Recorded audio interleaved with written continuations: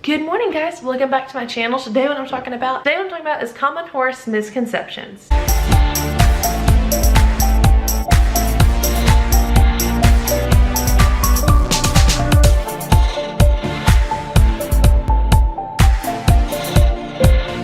People who maybe don't have a horse, or people who do have horses even, we have some misconceptions that come around in the equestrian community. This is again just my opinion. This is not for sure fact. Again, please contact your veterinarian if you want to check about any of these things.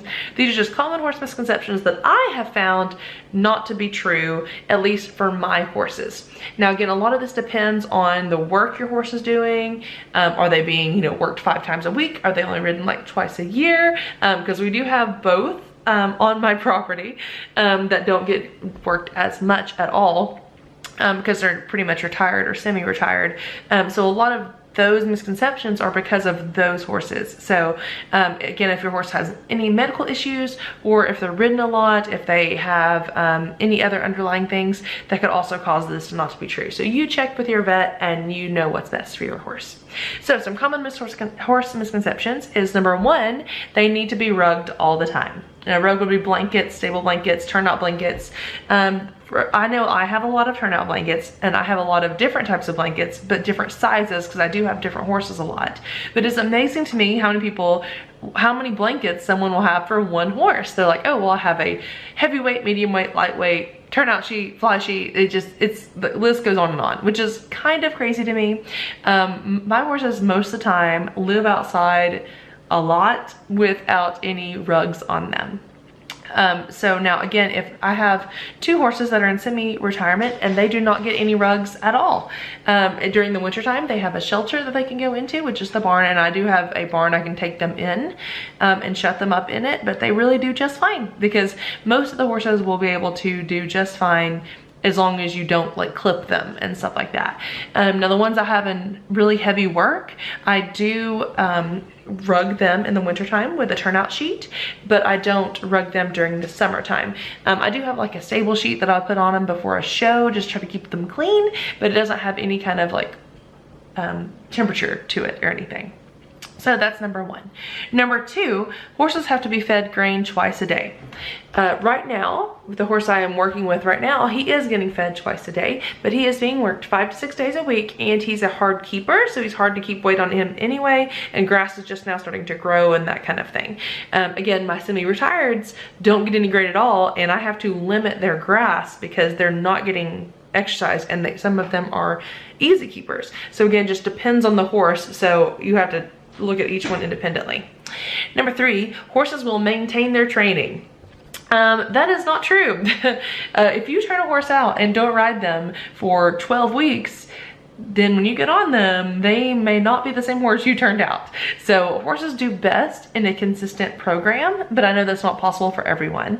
But no, that's some ways. Okay, for example, I have a 28-year-old who is semi-retired. So she's retired, but I do ride her every so often. When I get on her, I don't have to break her like a brand new horse. OTTBs, or off the track thoroughbreds, are fast.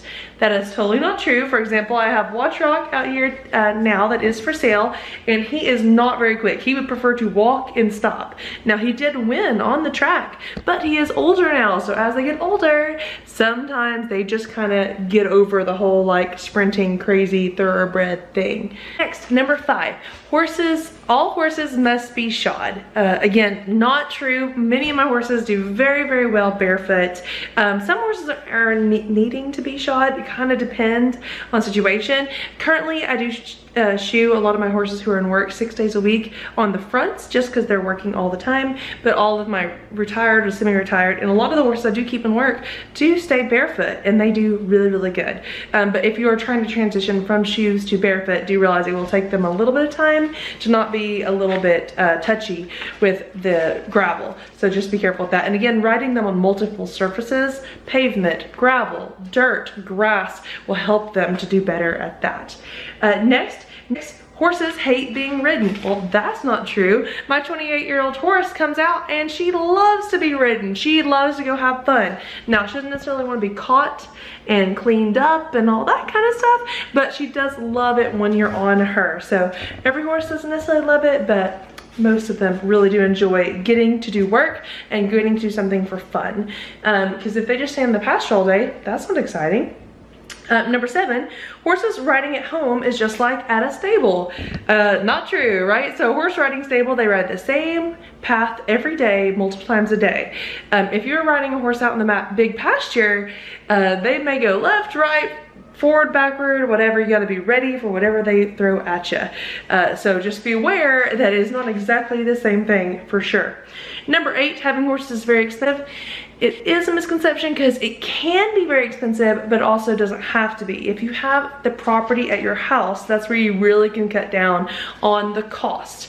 For example, boarding can cost anywhere from $150 to like $650, just around here even, for boarding. So if you're not doing boarding, then you're going to be able to cut a lot of that expense down. The rest of the expense is really just going to be on farrier work, which is going to be, if you just trim them, about 40 bucks every like 2 months or something. And if you don't feed grain and stuff like that. So all that are extra, but as far as like bare minimum, and if you have good pasture, good hay, then there you go. So just letting you know, it doesn't have to be very expensive. Number 9, every horse can jump. Not true. Every horse can go over an obstacle, but can they go and make a jump over a jump? And no. Some of the gaited horses I've had, for sure, they just completely don't understand what I'm talking about, to jump at a quick speed. They're like, let's stop down and barely walk over it. So most horses, when you ask them, they will jump naturally over them. So that is, most of them can, but not all of them. And number 10, is it easy to breed horses? Number 10, it can be, depending on your horse, but we've tried to breed my horse 3 or 4 times and she just hasn't taken. So every horse isn't necessarily easy to breed. You have to find out when they're in heat and all that kind of stuff. It's just not as easy as you would think it would be. So it can be a little bit challenging, so just know that. So those are some of the common horse misconceptions. If you have any others, please comment down below. I'd love to see what you say is a common horse misconception. So thank you so much for watching. God bless, be adventurous, and I'll see you next time. Bye.